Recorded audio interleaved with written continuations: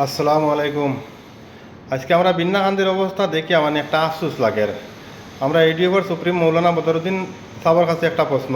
আপনি তো আসাম বিখ্যাত একজন আলিম, তো আপনি অত বড় আলিম থাকা সত্ত্বেও সারা যে আসামের আলিম সমাজ সারা একত্রিত হইয়া আপনার বিরুদ্ধে, এর মানেটা কিতা বুঝতে পারছি না। যদি আপনার কাছে ভিডিওটাকে পৌঁছতে মানে জিনিসটা বুঝাইয়া দিবা।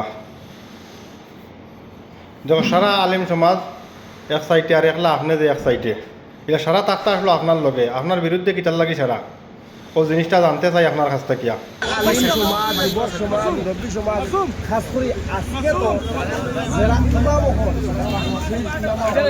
একসাথে আপনারা নিশ্চয় দেখতে পাবেন। একসাথে কিনা হইলা বা কিনা কিনা এই কারণে